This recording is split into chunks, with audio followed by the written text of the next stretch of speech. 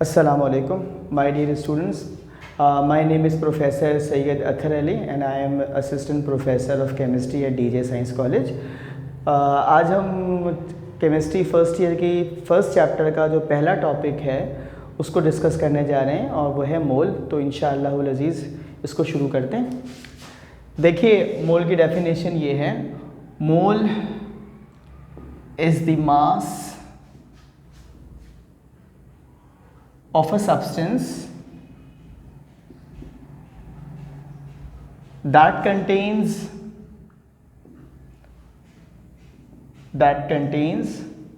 6.02 into 10 raised to power 23 number of atoms, ions, molecules and particle etcetera etcetera. ठीक है, तो मोल को हम डिफाइन कैसे करते हैं? हम कहते हैं कि मोल केमिस्ट्री के अंदर मास की यूनिट होती है। It is the unit of the to know the quantity of a substance of matter. तो मैटर की जो क्वांटिटी है वो उसको मेजर किया जाता है केमिस्ट्री में इन टर्म्स ऑफ मोल। और मोल को डिफाइन हम कैसे करते हैं? हम कहते हैं mole is the mass of a substance that contains 6.02 10 raised to power 23 number of atoms, ions, molecules and particles. Okay, अब इसको मैथमेटिकली देखो कैलकुलेट कैसे करते हैं, उसका फार्मूला नोट कर लीजिए। फार्मूला क्या है इसका भाई? फार्मूला इसका ये है, हम कहते हैं mole is equals to mass of the substance in grams divided by molecular mass divided by molecular mass. और फर्ज कीजिए कि आपके पास किसी एलिमेंट का, किसी प्योर एलिमेंट का या एटम्स के आपको नंबर ऑफ मोल्स निकालने हैं, तो जो डिनोमिनेटर में मोलिकुलर मास है सिर्फ ये चेंज हो जाता है और ये चेंज होकर क्या बन जाता है? Atomic mass. तो वो भी आप देख लीजिए। हम बोलते हैं mole is equals to mass in grams divided by atomic mass. ठीक है, mass in grams divided by atomic mass. अब ये तो आपको अच्छी तरीके से समझ में आ गया कि हम नंबर ऑफ मोल्स जब भी निकालेंगे तो हम आगे चलकर इसके न्यूमेरिकल्स जो आपके एक्सरसाइज के हैं और एक्स्ट्रा न्यूमेरिकल जो मेरे अपने हैं एक्स्ट्राज वो, और इसके अलावा जो पास पेपर्स में यानी कराची बोर्ड और सिंध बोर्ड में जो मुख्तलिफ बोर्ड्स हैं उसमें जो न्यूमेरिकल इससे रिलेटेड आए हुए हैं वो भी हम इंशाल्लाह सॉल्व करेंगे।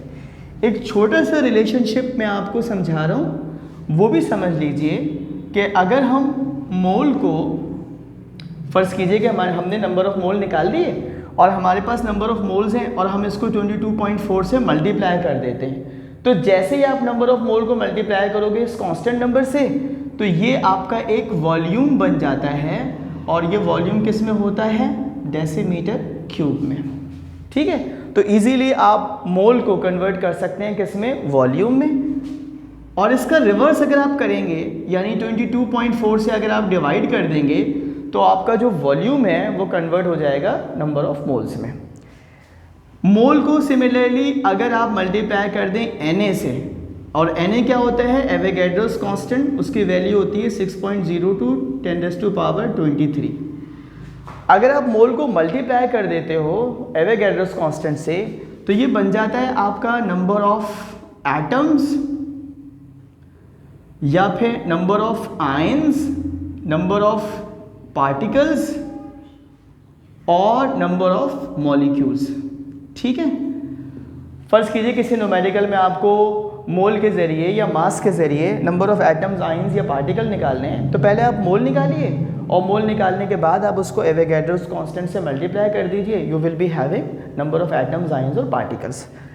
अब फर्ज कर लीजिए कि आपके पास नंबर ऑफ एटम्स, आयंस और पार्टिकल्स हैं और आपको मोल निकालने हैं, तो कोई मसले वाली बात नहीं है। आप इसका रिवर्स कर दीजिए, मल्टीप्लाई करके मोल से एटम्स पर आए थे, एटम्स से मोल पर जाने के लिए डिवाइड कर दीजिए Na से, इसका रिवर्स कर दीजिए, कोई मसला नहीं है। ठीक है, इसके साथ साथ अब हम ये करते हैं कि अगर हमें मोल को मास में कन्वर्ट करना हो तो हम इसको बड़े आसानी से कर सकते हैं।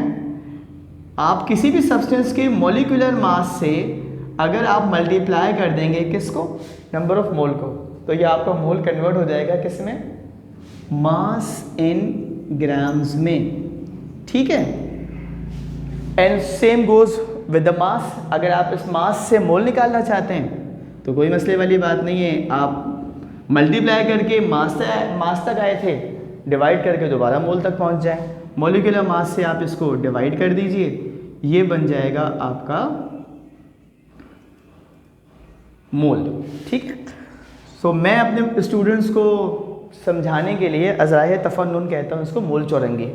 तो इस तरह से हमारा मोल वॉल्यूम में, मोल एटम्स में, मोल मास में, दोनों में कन्वर्ट हो सकता है। आइंदा आने वाले वीडियो में हम इंशाअल्लाह अज़ीज़ इसको मज़ीद डिस्कस करेंगे। फ़िलहाल इजाज़त दीजिए, अल्लाह।